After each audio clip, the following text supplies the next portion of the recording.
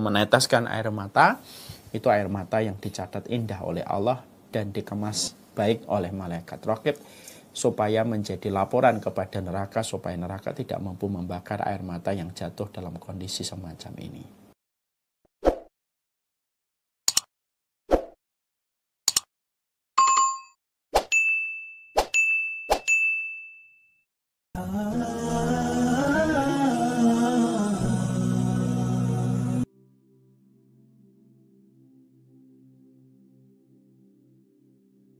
Para ulama itu berkata, kalau kamu ingin mengukur, ingin mendeteksi bagaimana kedalaman hatimu di dalam ketulusan dan kedekatan hatimu kepada Allah, para ulama kemudian mengatakan, mendeteksi bagaimana kedalaman hati kita dekat dengan Allah itu mendeteksinya dengan air mata yang keluar dari mata kita.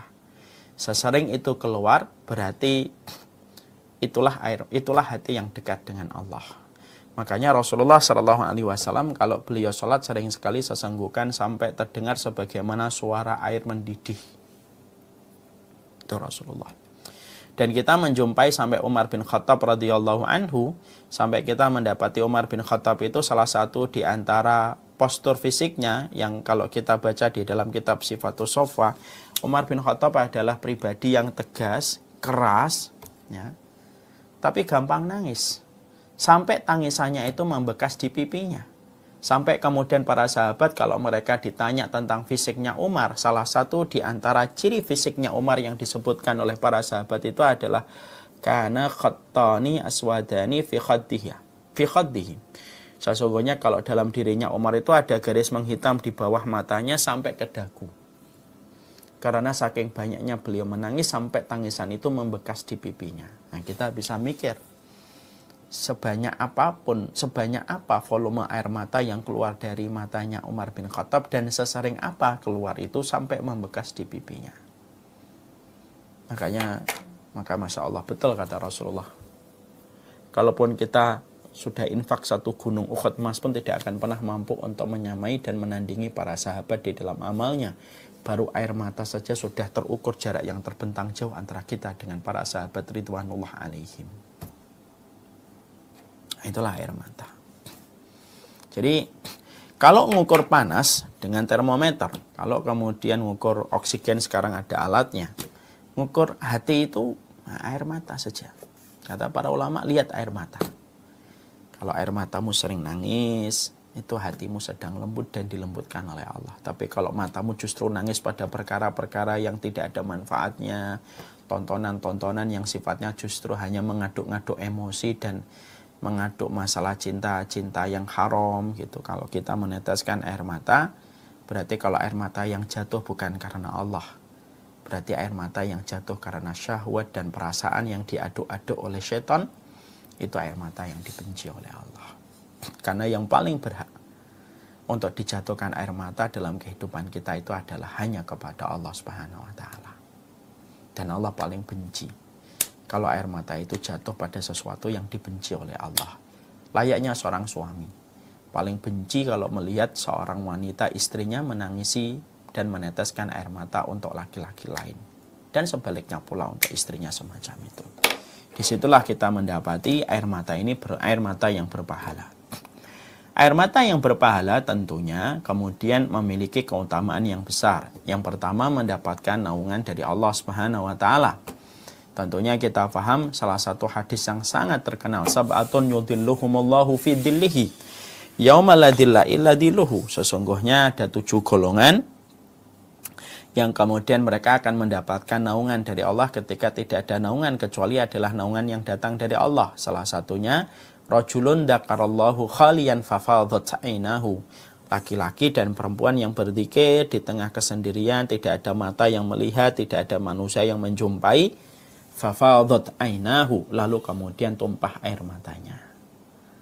Ini salah satu di antara garansi Allah. Allah akan memberikan naungan kepada mereka yang senantiasa mampu di tengah kesendirian. Mereka betul-betul mampu menjaga dirinya dan ketakutan dia kepada Allah sampai meneteskan air matanya. Yang kedua, air mata yang berpahala ini tentunya bukan hanya lebih utama daripada 1000 dinar. Tapi air mata ini memadamkan api neraka. Bukankah Rasulullah sudah menyampaikan, ainani lam tamassuhumun nar, ada dua air mata yang tidak akan pernah tersentuh oleh api neraka. Air mata yang pertama, air mata yang jatuh menangis karena takutnya kepada Allah, mengingat adab yang pedih, mengingat adab kubur yang pedih. Ini sesungguhnya air mata yang dicatat oleh malaikat raqib, dilaporkan kepada Allah supaya Allah memerintahkan kepada neraka supaya neraka tidak mampu membakar air mata yang semacam ini. Neraka itu tidak bisa dipadamkan dengan jutaan galon air. Neraka itu tidak bisa dipadamkan dengan jutaan liter gas ataupun salju.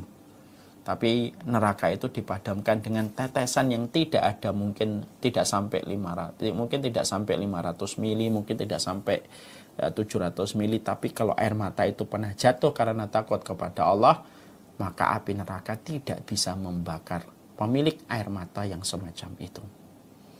Yang kedua, air mata, kata Rasulullah itu apa? Air mata yang jatuh ketika berjaga-jaga di perbatasan-perbatasan wilayah kaum muslimin. Dia berjihad karena ketakutan, dia meneteskan air mata. Itu air mata yang dicatat indah oleh Allah dan dikemas baik oleh malaikat raqib, supaya menjadi laporan kepada neraka, supaya neraka tidak mampu membakar air mata yang jatuh dalam kondisi semacam ini. Kemudian yang ketiga, yaitu diampuni dosa-dosanya. Karena sesungguhnya kita akan mendapati bahwasanya di dalam salah satu riwayat dari Malik bin Dinar, sesungguhnya Malik bin Dinar itu menyampaikan, menangisi satu kesalahan dosa dapat menggugurkan banyak kesalahan, sebagaimana angin yang menggugurkan banyak daun di musim kering. Meskipun dua orang malaikat itu menghitung nafasmu, merekam suaramu dengan pelan, serta selalu menuliskan dalam catatan amal dan tidak pernah mengenal lupa, namun dalam kondisi tangisan kondisinya berbeda. Ya, tangisannya berbeda. Artinya gini, Malik bin Dinar itu berkata, malaikat itu tidak pernah lupa, malaikat itu tidak pernah melewatkan apapun yang kamu ucapkan, apapun yang kamu perbuat, apapun yang kamu kerjakan. Bahkan sampai Malik bin Dinar itu berkata, sampai nafasmu pun dihitung. Nafasmu pun dihitung. Suaramu yang pelan yang kamu kemudian ketika lagi bertengkar sama istri atau bertengkar sama suami, kemudian kita lirih gitu ngomongin tentang suami, itu pun akan dicatat oleh malaikat. Tapi ada kondisi yang akhirnya malaikat itu lupa. Yaitu apa? Ketika malaikat melihat tangisan orang yang sudah menyesali dosanya, maka malaikat seketika lupa dengan dosa orang yang menangisi dosa itu. Itu kata Malik bin Dinar.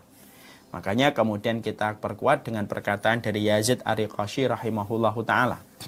Yazid Ar-Riqashi rahimahullahu ta'ala kemudian menyampaikan, telah sampai riwayat kepadaku, barang siapa yang menangisi satu dosa, maka sesungguhnya maka dua malaikat itu lupa akan dosa tersebut. Ya, Fadil.